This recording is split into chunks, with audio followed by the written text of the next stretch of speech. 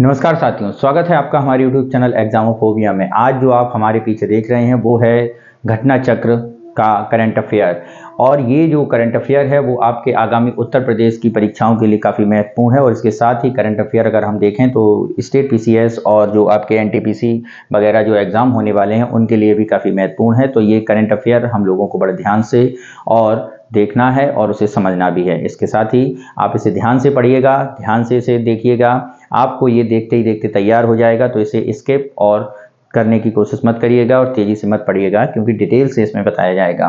ठीक है, तो चलिए हम लोग स्टार्ट करते हैं करंट अफेयर को। तो इस करंट अफेयर में अगर हम बात करते हैं तो बेसिकली जो क्वेश्चंस हैं उनको डिस्कस किया जाएगा और इसी राह में हमारा पहला क्वेश्चन आपके सामने आ गया है। ठीक है, तो उसे जरा देखते हैं। पहला क्वेश्चन क्या कह रहा है? तो एक राष्ट्र एक चुनाव के संबंध में उच्च स्तरीय समिति के सिफारिशों के संबंध में निम्न कथनों पर विचार करना है। तो जैसा कि आप लोग जानते हैं कि भारत सरकार ने भारत के पूर्व राष्ट्रपति माननीय जो वर्तमान में राष्ट्रपति हैं द्रौपदी मुर्मू, उनसे पहले जो हमारे भूतपूर्व राष्ट्रपति थे, ठीक है, कोविंद जी, उनकी अध्यक्षता में एक कमेटी बनाई है जो एक देश वन राष्ट्र वन नेशन और वन इलेक्शन की बात करने की उनको अनुशंसाएं उन्होंने दे दी हैं। तो उन अनुशंसाओं में क्या है, इन पर बेस्ड ये क्वेश्चंस हैं, जरा इसे देखते हैं। तो पहला क्वेश्चन क्या है? एक राष्ट्र एक चुनाव के संबंध में उच्च स्तरीय समिति की सिफारिशों पर विचार करना है। तो पहली सिफारिश क्या है इसमें जरा देखिए। देश में 2 चरणों में चुनाव करवाए जाएं, बिल्कुल इसकी सिफारिश यहाँ पर की गई है। 2 चरणों में चुनाव हो मात्र। पहले चरण में लोकसभा और दूसरे चरण में विधानसभा चुनाव एक साथ कराना है।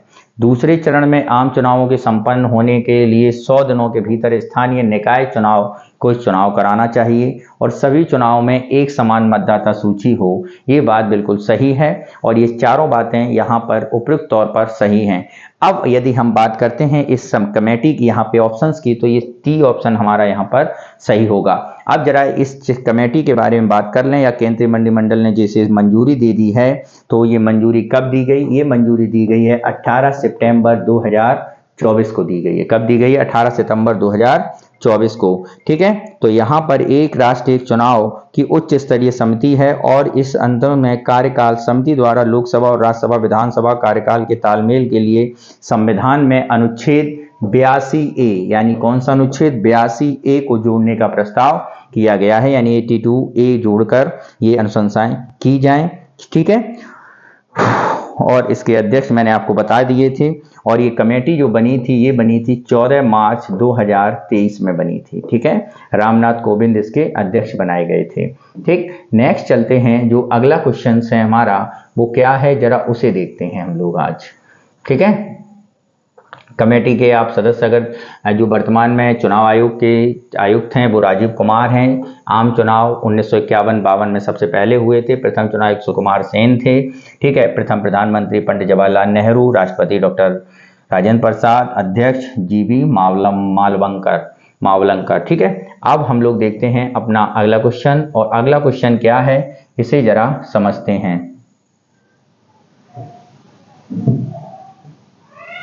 क्या है?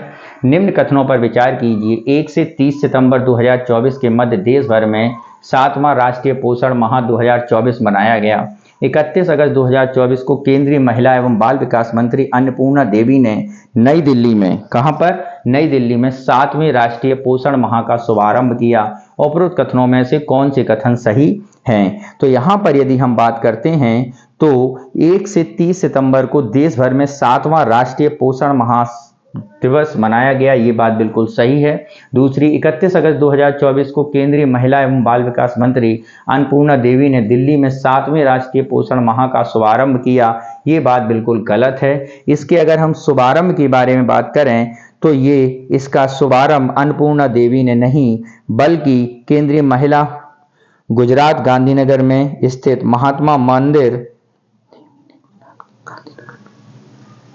ठीक है, अन्नपूर्णा देवी ने नई दिल्ली में नहीं बल्कि इसे गुजरात के, कहां पर? गुजरात में किया था। ठीक, तो ये यहाँ पर गलत होगा, यानी ऑप्शन ए हमारा यहाँ पर सही होगा। ठीक है, तो ये 1 से 30 सितंबर 2024 के मध्य बनाया गया। उद्देश्य मिशन पोज 2.0 के आधार पर जीवन चक्र के दृष्टिकोण को कुपोषण को समाप्त करना है और महिला एवं बाल विकास मंत्रालय द्वारा बनाया जा रहा है। ठीक है, ये इसके कुछ फैक्ट्स हैं। नेक्स्ट है हमारा अगला क्वेश्चन, वो जरा देखते हैं। निम्नलिखित कथनों पर विचार कीजिए। 17 से 20 सितंबर 2024 के मध्य 8वां भारत रत्न जल सप्ताह 2024 नई दिल्ली में आयोजित किया गया। ठीक है, कहाँ किया गया? नई दिल्ली में आयोजित किया गया। दूसरा, इसकी थीम समावेशी जल विकास और प्रबंधन के साथ साझेदारी और सहयोग। ये दोनों कथन बिल्कुल क्या हैं? सही हैं। क्या हैं? बिल्कुल सही हैं। और यहाँ पर यदि हम कथनों के बारे में बात करें तो ऑप्शन सी हमारा यहाँ पर बिल्कुल सटीक उत्तर बैठ रहा है। ठीक है, क्योंकि यह 17 से 20 सितंबर को 2024 में शुरू किया गया था और भारत मंडपम से शुरू किया गया था। कहाँ से? भारत मंडपम से। किसके द्वारा? जल शक्ति मंत्रालय के द्वारा। ठीक है, जल शक्ति मंत्रालय के द्वारा। उद्घाटन की अगर हम बात करें तो हमारे माननीय राष्ट्रपति महोदया द्वारा इसका उद्घाटन किया गया था। नेक्स्ट अगर हम बात करते हैं अपने अगले क्वेश्चन की, तो अगला क्वेश्चन क्या है उसे जरा हम लोग देखते हैं। तो अगला क्वेश्चन है हमारा पेंशन से संबंधित। किससे संबंधित? पेंशन से संबंधित। उसे जरा हम लोगों को देखना है।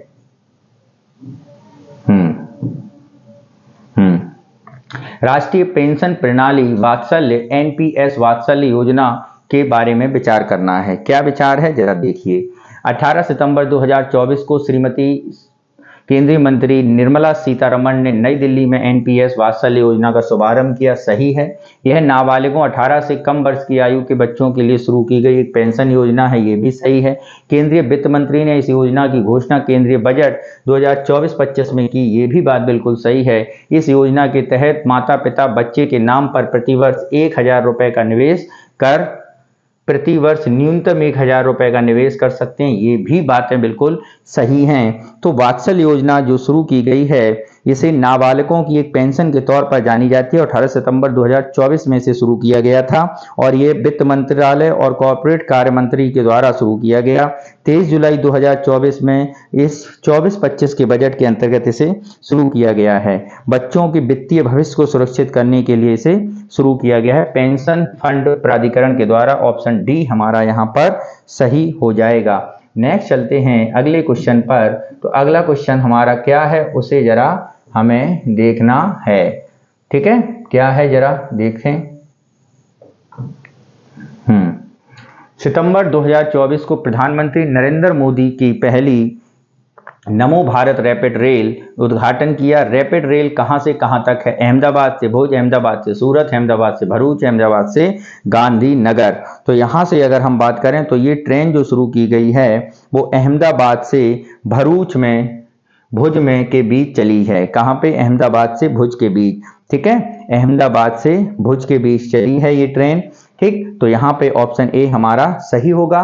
16 सितंबर 2024 को नरेंद्र मोदी के द्वारा दिया गई पहले हरा झंडी। ठीक है, कई रूटों पर चलने की वंदे भारत ट्रेनों की कई रूटों पर चलने वाली वंदे भारत ट्रेनों को इसमें हरी झंडी दिखाई। और वंदे भारत ट्रेनों में शामिल है नागपुर से सिकंदराबाद, कोल्हापुर से पुणे, आगरा से बनारस, दुर्ग से विशाखापट्टनम और पुणे से हुबली। ठीक है, 20 कोचों वाली पहली वंदे भारत ट्रेन यहाँ से चली है, प्रधानमंत्री ने लॉन्च की है। नेक्स्ट चलते हैं अगले क्वेश्चन पर। अगला क्वेश्चन क्या है इसे देखते हैं। तो अगला क्वेश्चन क्या है हमारा 11 सितंबर 2024 को केंद्रीय मंत्रिमंडल ने मिशन मौसम को स्वीकृति प्रदान की। इस मिशन के संबंध में निम्नलिखित कथनों पर विचार कीजिए। अगले 2 वर्षों के लिए मिशन मौसम को स्वीकृति दी गई है। इस अवधि के लिए मिशन हेतु परिव्यय 2000 करोड़ रुपए हैं। मुख्य रूप से यह मिशन पृथ्वी विज्ञान मंत्रालय द्वारा कार्यान्वित किया जाएगा। उपरोक्त कथनों में से कौन से कथन सही हैं? तो यहाँ पर यदि हम बात करें उपरोक्त कथनों में से सभी कथन क्या हैं? बिल्कुल सही हैं। ऑप्शन डी जो है वो हमारा सही होगा। ठीक है, क्योंकि अगर हम इसके बारे में बाएं तो इसे केंद्रीय मंत्रिमंडल ने 11 सितंबर 2024 को शुरू किया गया था और ये 2 वर्षों की अवधि के लिए बनाई गई है। ठीक है, और इसमें 2000 करोड़ हैं और यह हर मौसम में तैयार जलवायु स्मार्ट योजना के तौर पर जानी जा रही है। नेक्स्ट है हमारा अगला क्वेश्चन, क्या है अगला क्वेश्चन उसे देखते हैं।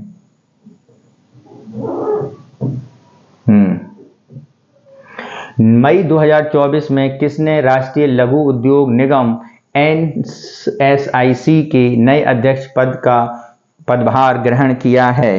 तो नए अध्यक्ष पद के बारे में यदि हम बात करें तो इसको पद ग्रहण किसने किया है, वो हैं डॉक्टर शुभ्रेंशु शेखर आचार्य ने। ठीक है, किसने? शुभ्रेंशु शेखर आचार्य ने। ठीक, NSIC यानी आपके नेशनल लघु उद्योग कॉरपोरेशन के नए अध्यक्ष बनाए गए हैं। नेक्स्ट है आपका क्वेश्चन नंबर अगला, 1 मई 2024 को कौन उद्योग संवर्धन आंतरिक व्यापार विभाग DPIIT का निदेशक नियुक्त किया गया है? तो ये निदेशक प्रखर वर्मा, संजय शर्मा, प्रतिमा सिंह या अंजना श्रीवास्तव? तो ये हैं प्रतिमा सिंह। नेक्स्ट चलते हैं, प्रतिमा सिंह के बारे में बता दें, RIRS अधिकारी हैं। चर्चा में 1 मई 2024 को केंद्र सरकार द्वारा उद्योग संवर्धन की आंतरिक, ठीक है, बनाई गई हैं। DPIIT के बारे में अगर हम जानें तो ये 1995 में स्थापित किया गया था। मंत्रालय वाणिज्यिक उद्योग मंत्रालय भारत सरकार के अधीन है। इसका प्रमुख कार्य प्रत्यक्ष विदेशी निवेश में तेजी लाना तथा उद्योग व्यापार में संतुलित विकास की सहायता करके औद्योगिक विकास को बढ़ावा देना है। नेक्स्ट चलते हैं क्वेश्चन नंबर अगले पर, हाल ही में सिमोना हैरिस ने किस देश के प्रधानमंत्री के रूप में पदभार ग्रहण किया है? Option A Finland, Ireland, Canada या पेरू? तो ये हैं आपके आयरलैंड की। ठीक है, कहाँ की? आयरलैंड की। सिमोना हैरिस के बारे में देखिए, 9 अप्रैल 2024 को आयरलैंड में नए प्रधानमंत्री बने और सबसे युवा प्रधानमंत्री के तौर पर हैं और भारतीय मूल के वारटकर का इनसे संबंध स्थान इन्होंने लिया है। ठीक, अगला क्वेश्चन देखते हैं। ठीक है, और भी देखते हैं इससे रिलेटेड जीके। अगला प्रश्न, 2024 में शेख अहमद अब्दुल्ला अल सबा किस देश के प्रधानमंत्री नियुक्त हुए हैं? Option A Kuwait, Bahrain, Oman, Saudi अरब? तो ये बनाए गए हैं कहाँ के? कुवैत के। कहाँ के मित्रों? कुवैत के बनाए गए हैं। ठीक है, इनके बारे में थोड़ा देखते हैं, ये क्या हैं। 2024 में नवनियुक्त प्रधानमंत्री हैं शेख मोहम्मद सबा अल सलेम सबा का स्थान लिया है और यह प्रसिद्ध अर्थशास्त्री भी हैं, ये भी बात समझिए। ठीक है, अब उस कुवैत की राजधानी कुवैत सिटी है, दिनार कुवैती दिनार है। ठीक है, और वर्तमान में कुवैत के अमीर शेख मिसाल अल अहमद अल जबर अल सबा हैं। ठीक, अगला क्वेश्चन क्या है उसे देखिए। 8 अप्रैल 2024 को पीटर हिग्स का निधन हो गया, वह कौन थे? तो पीटर हिग्स जो अगर हम बात करें तो हिग्स जो आपने एक मेटल सुना होगा हिग्स बोसॉन, तो ये कौन थे? फिजिक्स के थे, भौतिकविद थे। ठीक है, तो पीटर बुक्स के बारे में नोबेल पुरस्कार विजेता है। 8 अप्रैल को इनका निधन हो गया है। बेल्जिंग में एल्बर्ट हिग्स बोसॉन की खोज करने के लिए इन्हें जाना जाता है। ठीक है, नेक्स्ट चलते हैं क्वेश्चन आपका अगला जो है वो देखते हैं। अप्रैल 2024 में ओस्मानी सोनिका किस देश के नए प्रधानमंत्री नियुक्त हुए हैं? ओस्मानी सोनिका, ऑप्शन है इथोपिया, लाइबेरिया, दक्षिणी सूडान और सेनेगल? तो ये बनाए गए हैं सेनेगल के। ठीक है, यानी ऑप्शन डी है। ठीक है, चर्चा में क्या है अगर इसको भी हम देख लें तो अप्रैल 2024 में सेनेगल के नए प्रधानमंत्री हैं। सेनेगल राष्ट्रपति वैसरुसिया डियोमा द्वारा नियुक्त किया गया है। ठीक है, नेक्स्ट चलते हैं हम लोग अगले क्वेश्चन पर। अगला क्वेश्चन क्या है? सेनेगल के बारे में और कुछ देखें तो यह एक पश्चिमी अफ्रीका देश है और इसकी राजधानी डकार है और इसकी मुद्रा जो है ये की करेंसी अगर हम बात करें तो वेस्ट अफ्रीकन फ्रैंक है। ठीक है, नेक्स्ट चलते हैं क्वेश्चन नंबर अगला। अप्रैल 2024 में भारतीय राजस्व सेवा के सेवानिवृत्त अधिकारी जगजीत पवाडिया कहाँ स्थित अंतर्राष्ट्रीय नारकोटिक्स नियंत्रण INCB के अध्यक्ष दोबारा चुने गए? तो जगदीश तनगड़िया जो चुने गए हैं वो कहाँ के चुने गए हैं? तो रोम, वियना, बर्लिन और जिनेवा? तो ये चुने गए हैं वियना के। कहाँ के? वियना के। ठीक, भारतीय राजस्व सेवा के अधिकारी हैं। अप्रैल 2024 में अंतर्राष्ट्रीय नियंत्रण बोर्ड INCB के बनाए गए हैं। पहले मई 2021 पद में पहुंचने वाली पहली भारतीय महिला ये बनी थी। नेक्स्ट क्वेश्चन है अगला हमारा, उसको जरा देखते हैं। अप्रैल 2024 में क्रिस्टिना जॉर्जीवा दूसरी बार किस वैश्विक संगठन की प्रबंधन चुनी गई हैं? क्रिस्टिना जॉर्जीवा यदि हम बात करें तो ये अंतर्राष्ट्रीय मुद्रा कोष यानी IMF की सदस्य अध्यक्षा चुनी गई हैं। क्रिस्टिना जॉर्जीवा के बारे में देखें तो क्रिस्टिना जॉर्जीवा जो हैं अप्रैल 2024 में दूसरी बार ये अंतर्राष्ट्रीय मुद्रा कोष की प्रबंधन निदेशक नियुक्त हुई हैं। इनका दूसरा कार्यकाल 5 वर्ष के लिए रहेगा जो 1 अक्टूबर 2024 को शुरू होगा। ठीक है, IMF के बारे में जानिए। वर्ष 1944 में बनाया गया, वाशिंगटन DC में इसका कार्यालय है और इसके सदस्य 190 हैं। नेक्स्ट है क्वेश्चन अगला, क्या है? हाल ही में कौन विप्रो लिमिटेड के नए मुख्य कार्यकारी अधिकारी CEO नियुक्त किए गए हैं? तो ये हैं, अगर इसमें देखें, थियरी डेलापोर्टो, श्रीनी पोल्लैया, पराग अग्रवाल, ऋषभ प्रेम जी। तो ये हैं आपके श्रीनी परलई, ठीक है, पिल्लई। और इनके बारे में जाने और तो देखते हैं इनके बारे में जानने के लिए।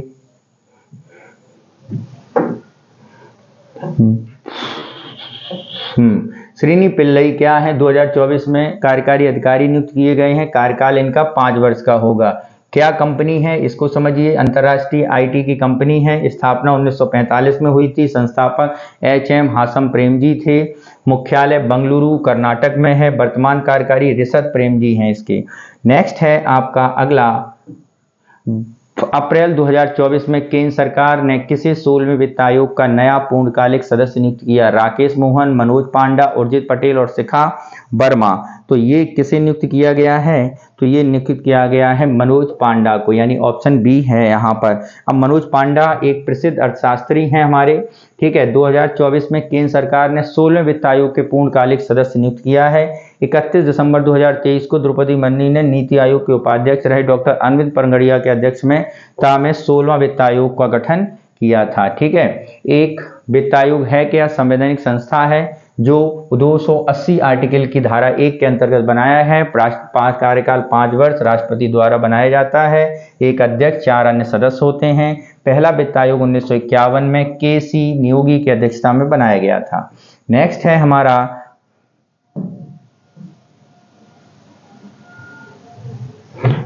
हमारा अगला क्वेश्चन नंबर, जुलाई 2024 में राजस्थान के मंत्रिमंडल द्वारा नागरिक विमानन नीति 2024 किस नीति के अंतर्गत ग्रीन फील्ड एयरपोर्ट बनाया जाएगा? किशनगढ़, झालावाड़, कोटा और भीलवाड़ा। तो ये जो बनाई जाएगी कोटा के। नेक्स्ट है कोटा, मंजूरी 2 जुलाई 2024 को राजस्थान मंत्रिमंडल के द्वारा फ्लाइंग स्कूल खोले जाएंगे किशनगढ़, झालावाड़ और भीलवाड़ में। ग्रीनफील्ड एयरपोर्ट बनाया जाएगा कोटा में। एरो सिटी बनाई जाएगी जयपुर में, ठीक है। ये बात ध्यान रखना, काफी महत्वपूर्ण फैक्ट्स हैं, ठीक है। नेक्स्ट चलते हैं क्वेश्चन नंबर अगले पर, क्या है? जून 2024 में मध्य रेलवे द्वारा स्थापित भारतीय रेलवे के पहले फ्लोटिंग संयंत्र के संबंध में विचार कीजिए, ठीक है। क्या है? मध्य रेलवे द्वारा फ्लोटिंग संयंत्र पश्चिमी घाट स्थित इगतपुरी झील में स्थापित किया गया है, सही है। इस सौर संयंत्र की क्षमता 12.5 मेगावाट है। तो इस सौर की क्षमता 12.5 मेगावाट नहीं बल्कि 10 मेगावाट है। ये बात गलत है, केवल एक सही होगा। तो इसे जरा देखते हैं। जून 2024 में इस संयंत्र में स्थापित किया गया इगतपुरी झील है, क्षमता 10 मेगावाट, भारतीय रेलवे के द्वारा बनाई गई पहल है। नेक्स्ट चलते हैं क्वेश्चन नंबर 10। जून 2024 में कौन सा सैन्य स्टेशन प्लास्टिक वेस्ट रोड वाला दूसरा सैन्य स्टेशन बन गया है? जयपुर सैन्य स्टेशन, नारंगी सैन्य स्टेशन, अहमदनगर सैन्य स्टेशन, अंबाला सैन्य स्टेशन।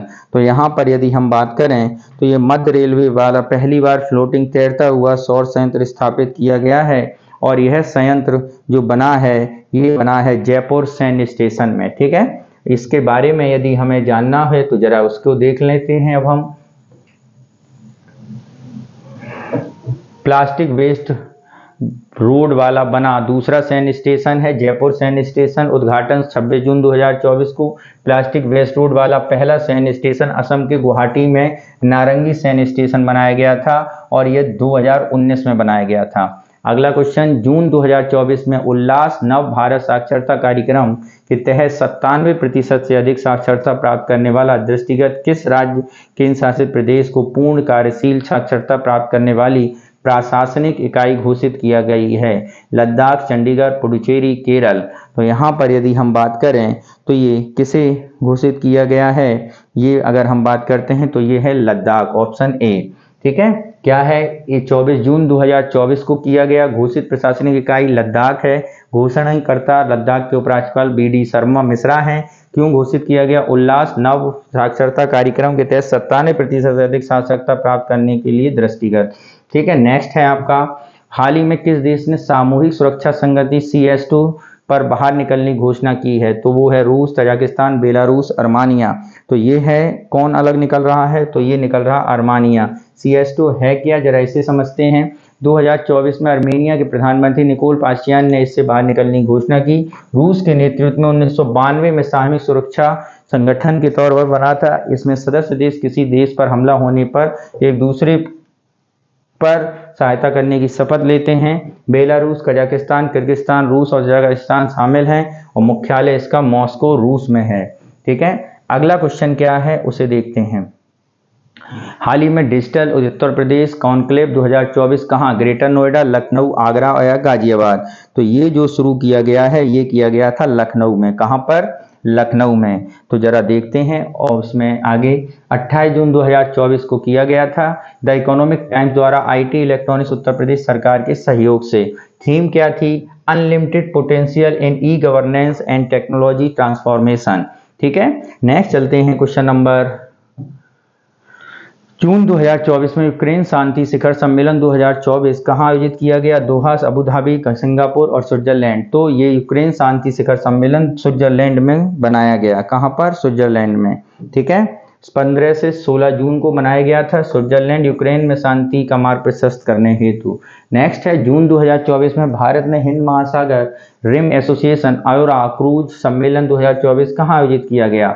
भारत हिंद महासागर। तो ये जो सम्मेलन आयोजित किया गया है ये किया गया था मित्रों नई दिल्ली, न्यू दिल्ली में। ठीक है, भारत हिंद महासागर एसोसिएशन 13 जून नई दिल्ली में। विदेश मंत्रालय, भारत सरकार, फिक्की के शहर में। इसमें Bangladesh, Bharat, Kenya, Madagascar, Maldives, Mozambique, Sri Lanka, Africa, Seychelles और तंजानिया समेत RA के सदस्य देशों के आधिकारिक विशेषज्ञ शामिल हुए थे। ठीक है, अगला क्या है उसे जरा देखते हैं। ठीक है, जून 2024 में भारत के संयुक्त राज्य अमेरिका के बीच वर्ष 2024 में कमांड कंट्रोल कनेक्टिविटी बोर्ड कहाँ स्थापित की गई? नई दिल्ली, जयपुर, हैदराबाद। तो ये स्थापित की गई थी मित्रों कहाँ पर? नई दिल्ली में। है क्या, जरा इसे देखते हैं। भारत अमेरिका 2024 में पहली कमांड कंट्रोल कनेक्टिविटी 4 से 7 जून 2024 के मध्य मैनकौसा सेंटर नई दिल्ली में स्थापित की गई। 38 सदस्य भारतीय प्रतिनिधिमंडल headquarters integrated defence staff brigadier Rahul Anand बनाए गए हैं। 29 सदस्य अमेरिकी प्रतिनिधिमंडल का नेतृत्व US इंफोकॉम के अधिकारी पॉल निकोलसन ने किया है। CCBCB है क्या? भारत और USA के संचार कंफर्टेबिलिटी और सुरक्षा समझौते हैं और अनुच्छेद 11 के तहत गठित की गई है। यह समझौता वर्ष 2018 में हुआ था।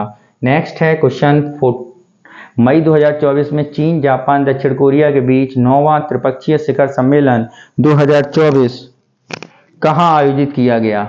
ठीक है,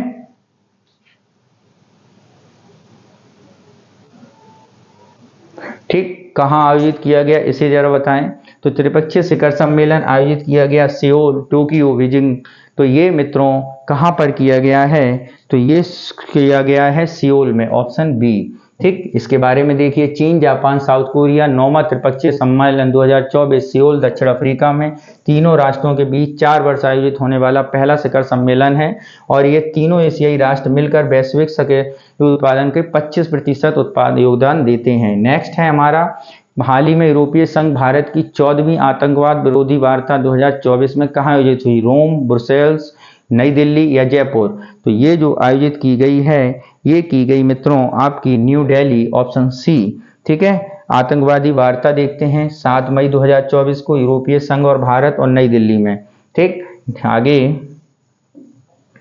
नेक्स्ट है हमारा प्रतिवर्ष विश्व पाचन दिवस कब मनाया जाता है। तो प्रतिवर्ष विश्व पाचन दिवस के बारे में यदि हम बात करें तो ये मनाया जाता है 29 मई को। जरा इसके बारे में जानें। 29 मई 2024 को उद्देश्य पाचन your digestive health make it priority, उद्देश्य पाचन संबंधी समस्याओं को निदान पाने के लिए।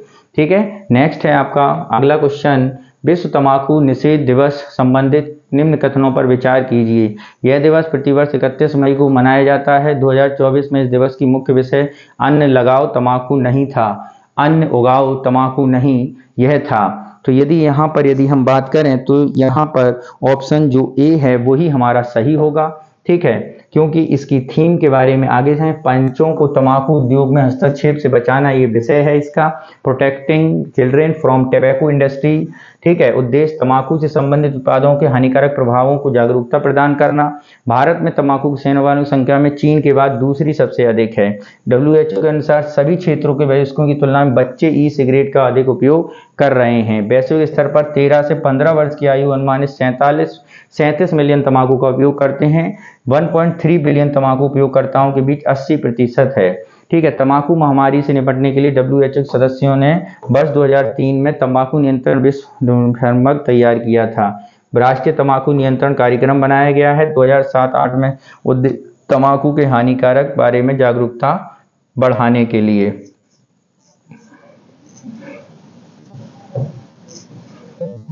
अगला क्वेश्चन क्या है उसे देखते हैं। विश्व शांति अंतर्राष्ट्रीय शांति सैनिक दिवस कब मनाया जाता है। 26 मई, 28 मई, 20 या 29। तो ये मनाया जाता है 29 मई को। ठीक है, 29 मई को मनाया जाता है। विषय fit for future building better together. ठीक है। नेक्स्ट है आपका अंतर्राष्ट्रीय महिला स्वास्थ्य कार्रवाई दिवस कब मनाया जाता है। ये मनाया जाता है 28 मई को। कब? 28 मई। ठीक, इसकी थीम क्या थी? Mobilising the critical times of threat and opportunities, 2024 की थीम। दो वर्ल्ड हंगर डे कब मनाया जाता है। तो यदि हम वर्ल्ड हंगर डे के बारे में बात करें तो मित्रों वर्ल्ड हंगर डे मनाया जाता है आपका 28 मई को। कब? 28 मई को। ठीक है, इस बार की थीम क्या थी उसे समझिए। Thriving mothers thriving world. The Hunger Project एक वैश्विक आंदोलन है जो भूख से मुक्त विश्व बनाने को समर्पित है। तथ्य विश्व भर में युद्ध, अकाल, जलवायु परिवर्तन, अन्य कारणों से महिलाओं और बच्चों के कुपोषण का सामना करना पड़ रहा है। यूनिसेफ वर्तमान में 1 बिलियन से ज्यादा किशोरियों और महिलाएं कुपोषण से पीड़ित हैं। सोफी 2023 के अनुसार 42% स्वास्थ्य आहार खर्च नहीं उठा पाते हैं। नेक्स्ट चलते हैं अंतर्राष्ट्रीय मारखोर दिवस। ठीक है, अंतर्राष्ट्रीय मारखोर दिवस कब मनाया जाता है। तो ये मित्रों मनाया जाता है 24 मई को, 24 मई। ठीक, इसे समझते हैं। इसमें क्या है? मारखोर दिवस। उल्लेखनीय है कि 2 मई 2024 को संयुक्त राष्ट्र महासभा द्वारा प्रत्येक वर्ष 22 मई को यह दिवस मनाए जाने की घोषणा की गई। मारखोर का संरक्षण जागरूक बढ़ाना। ठीक है, मारखोर बकरे की एक प्रजाति जो पाई जाती है, Afghanistan, Bharat, Tajikistan, Turkmenistan, Uzbekistan सहित इन क्षेत्रों में। ठीक है, वैज्ञानिक नाम क्रेपा फल्कनेरी। यह किस संकटग्रस्त प्रजातियों को रेड लिस्ट में शामिल है? IUCN में। कहाँ का राष्ट्रीय पशु है? पाकिस्तान का। ठीक है, नेक्स्ट चलते हैं अगले क्वेश्चन पर। निम्नलिखित पर विचार कीजिए। 1 मई 2024 में विश्व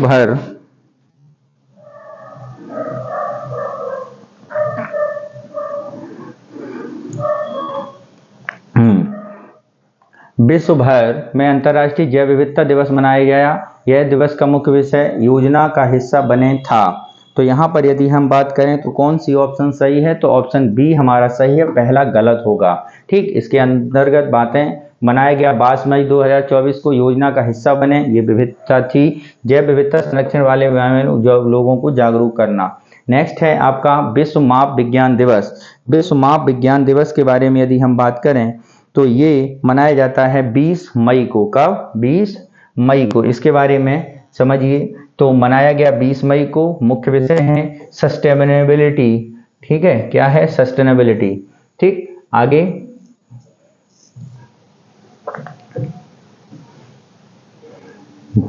अंतरराष्ट्रीय संग्रहालय दिवस कब मनाया जाता है? 15, 12, 14 और 18। तो ये मित्रों मनाया जाता है 18 मई को। इस बार की थीम क्या थी? इस बार की थीम थी शिक्षा और अनुसंधान के लिए संग्रहालय, म्यूजियम एंड एजुकेशन रिसर्च। विश्व दूरसंचार सूचना समाज दिवस कब मनाया जाता है? विश्व दूरसंचार समाज दिवस मनाया जाता है 17 मई को, और इसकी थीम क्या थी? सतत विकास के लिए डिजिटल नवाचार। ठीक है। World hypertension day, hypertension day कब मनाया जाता है? तो हाइपरटेंशन ब्लड प्रेशर की बात करें तो ये 17 मई को ये भी मनाया जाता है। 17 मई, measure your blood pressure accurately and control it live longer. ठीक है। WHO अनुसार दक्षिण पूर्व एशिया के क्षेत्रों में अनुमानित 294 मिलियन से अधिक लोग उच्च रक्तचाप से पीड़ित हैं। अंतर्राष्ट्रीय परिवार दिवस कब मनाया जाता है? 12, 15, 18। तो ये मनाया जाता है आपका 15 मई को परिवार दिवस। परिवार और जलवायु परिवर्तन इस वर्ष की थीम थी। ठीक है। अगला 22 अगस्त 2024 को राष्ट्रीय गंगा मिशन, क्या? राष्ट्रीय Ganga mission IIT BHU Denmark के बीच रणनीतिक गठबंधन ने कहाँ नदियों को नवाचार प्रणाली की प्रयोगशाला योजना का अनावरण किया? तो वो किया है बनारस में। जरा समझिए, अनावरण 22 अगस्त 2024 को किया गया है बनारस में। राष्ट्रीय स्वच्छ गंगा मिशन IIT BHU और डेनमार्क के बीच रणनीतिक संबंध है। SLR की स्थापना बनारस में होगी। गठबंधन की अनूठी त्रिपक्षीय पहल भारत सरकार, जल संसाधन मंत्रालय और IIT BHU और डेनमार्क हैं। ठीक है। नेक्स्ट है हमारा अगला क्वेश्चन। 8 अगस्त 2024 को उत्तर प्रदेश के मुख्यमंत्री योगी आदित्यनाथ ने युवा उद्यमी विकास अभियान शुभारंभ किया।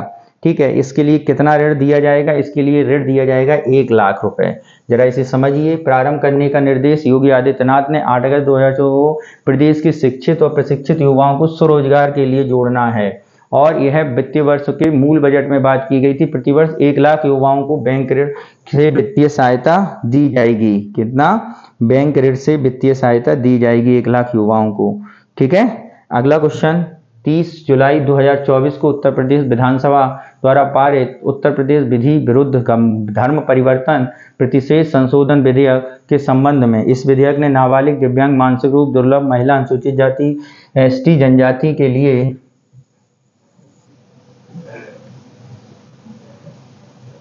व्यक्ति को मंत्रण न्यूनतम 5 वर्ष या अधिकतम 14 वर्ष के कठोर कारावास, न्यूनतम 1 लाख रुपए जुर्माने का प्रावधान किया गया है। सामूहिक अवैध मंत्रांतरण यानी धर्मांतरण न्यूनतम 7 वर्ष और 20 वर्ष तक कठोर कारावास, 2 लाख रुपए। उपरोक्त कथनों में से कौन से कथन सही हैं? तो यहाँ पर यदि हम बात करें, पहला कथन ही हमारा सही है, दूसरा कथन सही नहीं है। ऑप्शन ए हमारा सही होगा। इसे एक बार समझिए। विधानसभा में 30 जुलाई को पारित राज्य धर्म परिवर्तन संबंधी घटनाओं को प्रभावी ढंग से लगाम लगाने के लिए, ठीक है, तो यहाँ पर अधिकतम 14 वर्ष तक के कठोर कारावास, 1 लाख, सामूहिक मंत्रांतरण पर 7 वर्ष और 1 लाख तक का जुर्माना है।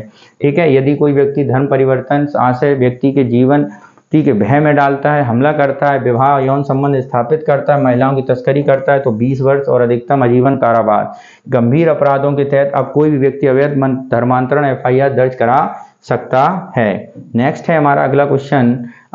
अगस्त 2024 में कौन उत्तर प्रदेश राज्य पिछड़ा वर्ग आयोग के अध्यक्ष नियुक्त किए गए हैं? तो राज्य पिछड़ा वर्ग आयोग के अध्यक्ष जो नियुक्त किए गए हैं वो कौन है? रामकृष्ण पटेल, राजेश वर्मा। तो ये हैं आपके राजेश वर्मा। इनके बारे में जानिए।